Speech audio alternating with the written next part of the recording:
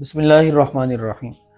اگر کوئی شخص نماز میں ملنے کے لیے پہنچا اور امام صاحب رکوع میں چلے گئے تھے، اب یہ شخص جس کا قیام رہ چکا ہے اور امام صاحب کو رکوع کی حالت میں پا رہا ہے، اب اگر اس حالت میں یہ شخص نماز میں مل جائے تو کیا اس کو رکعت ملے گی یا نہیں؟ اس کی مکمل 3 صورتیں ہیں۔ پہلی صورت یہ ہے، اگر اس شخص نے کھڑے ہو کر اللہ اکبر کہا اور پھر اس کے بعد رکوع میں چلا گیا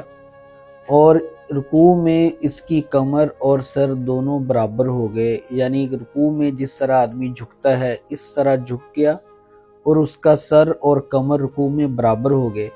اس کے بعد امام نے سمی اللہ لمن حمدہ کہا، تو اس صورت میں اس کو رکعت مل جائے گی اور اس کی نماز میں وہ رکعت شامل ہوگی۔ دوسری صورت،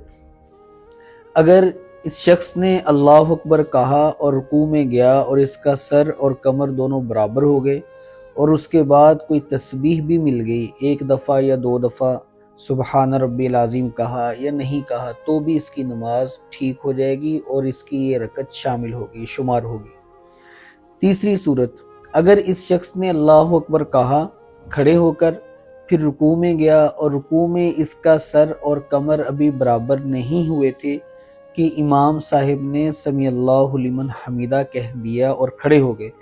تو اس صورت میں اس شخص کی یہ رکعت شمار نہیں ہوگی، لہذا اس شخص کو نماز میں تو یہ رہے گا، جماعت تو مل جائے گی، لیکن یہ والی رکعت اس کو آخر میں دوبارہ شمار کرنی پڑے گی، لوٹانی پڑے گی۔